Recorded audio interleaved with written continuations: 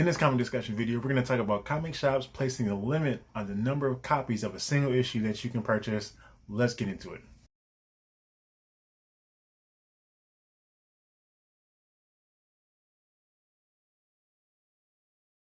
And for more comic books and comic related content, head over to genoscomics.com. We got another comic discussion video here, and the subject of this one is comic shops placing a limit on the number of copies of a single issue that you can purchase. And it's kind of going to frame it. So I didn't really want to start off as a question, but just kind of frame it in a couple of different ways, because we can talk about a should they, or how many you could do it. There's just a should they, or just your kind of feelings on it. So that's why I kind of avoided the question to start it off with. But this is not a new discussion. Plenty of people have seen signs like this around their shops in different parts of the country, maybe even just globally, but at least specifically in the US, a number of people have seen this at different comic shops, different companies around the country. But this is just one that I saw, and I figured, you know what, this would be a nice time for me to kind of chime into it and kind of share some thoughts, because I've never done that. I haven't done it before, but I have seen other people kind of touch on it, so I just wanted to. So the specific one that I saw read, limit of 3 copies of any specific comic issue at cover price. So what are your thoughts on that? That's what we're going to get into today. So just kind of, I guess, some background on it. This is, everybody can just kind of admit, like, right out the bat, what this stems from. This is all coming out of speculation. This is born purely out of that.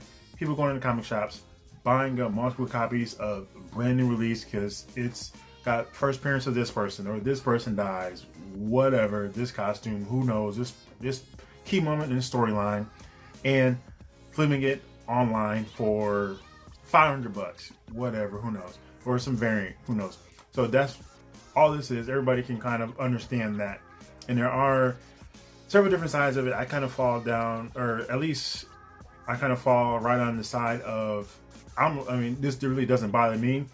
It only affects me if this includes if this about a specific issue number, or a single specific issue. So if it's cover A, like you can only have 3 copies of cover A at cover price, and then we're going to charge more after that. Or is it just issue number 42, and it doesn't matter if you get different variants of that, because then it affects me, because I will pick up variants. I like picking up variants. I'm going to pick up a cover A and a cover C. Oh, you've got a Chris Bakula cover and I like cover A. I'm picking up both of those. You already know that. So I think that's where it really kind of affects me. But this is really just all about that. And I've heard some people say, well, if a person really wanted the book, they would have pre-ordered the book. Well, yeah, you could say that if they were interested in the book a couple months ago. But what happened to the idea of just walking into a comic shop, browsing the new releases, and oh, hey, that cover looks cool. What's this story about? Oh, I've heard about this storyline, or this character, or this artist I like. I see they've been working on this book now, so let me check it out. But it's been connected to this hype or this speculation, so now you can't just do that.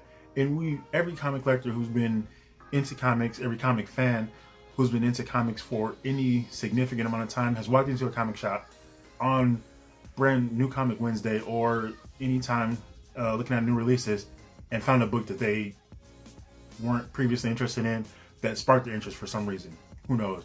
Be it a creator, a character they might know something about, or just want to try out, a publisher that is like, oh, let me check out some books of theirs, and you see a new book, I want to pick that up. Everybody who's read a comic has done that at some point. I've done that numerous times. I've shown up plenty of books and read plenty of books from either mainstream publishers, indie publishers, new creators I've never heard of, a publisher I've never heard of. It's like storyline, characters, all of those. Like I've fit all along the spectrum, run the gamut of all of that. So that's part of just comics, just exploring new things. Like, oh, I want to check out this, I want to check out this story, like, it happens, especially with indie books, because there's tons of indie releases every week. Even mainstream comics, you can't read every mainstream comic, even though they're popular. You say Marvel and DC are big too, but you don't even see everything. And some shops don't even carry as many books. I talk about in this issue comics, one of my favorite comic shops. They carry a wide range of new releases. Jay's Comics as well, 2 of my favorite comic shops. Both of them have a wide range of new releases, mainstream and indie stuff. Sometimes I go to other shops and I won't even see half those publishers there, especially indie stuff. Or even some of the mainstream books, they won't always carry some of those, I guess, lower selling titles. A lot of shops don't even carry those. So just the idea of, well, you should have pre-ordered. You can't, no, you can't just say that. That's just, and I think that one comes from the side of people who are okay with flipping or okay with this. Now, as far as this, like, okay, this, like this specific sign, okay, just limit to 3 copies and then at cover price. So then after that, I wonder what they're going to charge. I imagine they probably just go to eBay because they like kind of going into it. Like they know that's probably going to be the main point that people use. Like, all right, we're going to go to eBay to price this out. And then even thinking about this one, again, limiting 3 copies, there could be arguments like that might even be too much. You might say, okay, 2 copies might be enough. And I know at some point there's probably been shops that have held up, like, all right, had signs up for saying, okay, you're limited to 1 copy of this book. That might even include variants. So it kind of varies there. But I think 2 might even be a good number. And the idea is you have to look at, okay, is it just about selling those comics? Or is it about being able to offer those comics to as many people as possible, to as many different individuals as possible? Because like you're still going to get the money there, but is that money guaranteed with the person buying up multiple copies? Like that money's right there, or you're going to wait for somebody else to walk in and pick that issue up, and that's kind of up to, it's always, as individual businesses, it's always up to their discretion how they want to do that. And some people are choosing to do it like this. And again, with the rise of speculation, we talked about this. Every other week there's a new hot book. Everybody's got these nonsensical top 10 lists. Everything's a hot book. Everything's a key now. Oh, the 57th appearance of this character, or like, who cares? It's always just something. So there's always rumors. Like, oh, this series is going to get adapted to a TV show on Netflix or FX, or it's going to hit the big screen in 80 years. Who cares? But there's always something there. So speculation is not going away. It's just only going to, I don't want to say out of control, but it's always going to be there, and it's just going to continue growing. So for mainstream publishers and indie comics works, like there's always something there, and just tons of, with the wide breadth of comic titles out there, and just different series, stories, and just everything out there, and creators making all sorts of new, cool, and interesting works out there. It's only going to continue. And again, I wanted to bring this discussion here because I haven't touched on this before. Like I said, several other YouTubers have, and it's just a cool and interesting part of the world of comics, a discussion that we all have and like to engage in. Because, and then you look at it, like, why, if you're buying multiple copies of a specific issue, like a specific, like say whatever title, issue number 17, cover A, and not like the variants, but just cover A, you buying up 2-3 copies of that. Why? Like, you know why. Now, granted, I do have duplicates, several duplicates of numerous titles out there, but nothing with any key significance really.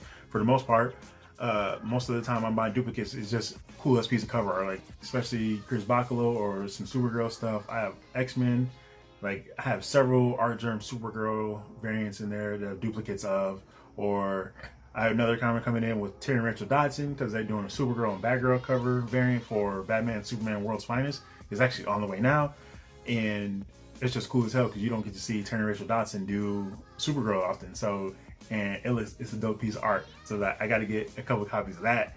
And Art Germ Supergirl, obviously, I'm definitely doing that. Chris Bacalo, I have several of his, like Amazing Spider-Man 555 that he did with Tim Townsend, but there's no significance to it. So, but I wonder, I don't know, it's just an interesting part of the hobby, and just something we have to kind of look at. And shops know it. Like if you go in there buying up a couple of copies of a brand new comic, like the same issue, like they know you're probably, or at least they're kind of thinking that you're probably looking to flip those. But sometimes there are just people out there who just like collecting. Like you might have copies. I have multiple copies of lots of books because there are, like, I want to have a copy, I'm going to read one copy, but if, depending on like who's doing that, why am I doing that? Because I want another copy to frame.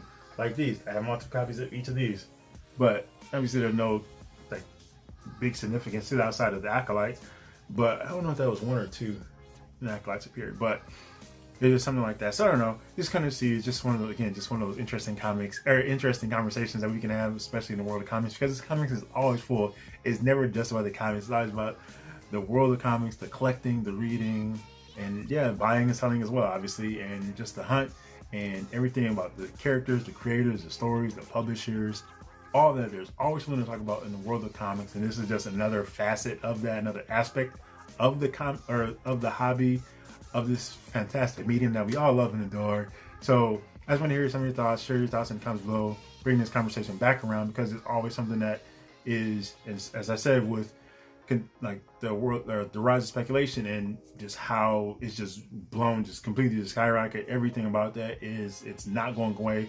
So you've probably seen these signs pop up at comic shops that you didn't see previously, and I can absolutely imagine more comic shops around, maybe just the U.S. or possibly globally as well, adopting this policy going forward. Just looking at, all right, people are coming in, and that's money that we could be losing out on. So we're going to start upcharging after a certain number of copies, and then just to kind of keep money within the shop here, and just kind of, instead of just letting it walk out the door at cover price. So I don't know. Share your thoughts in the comments below.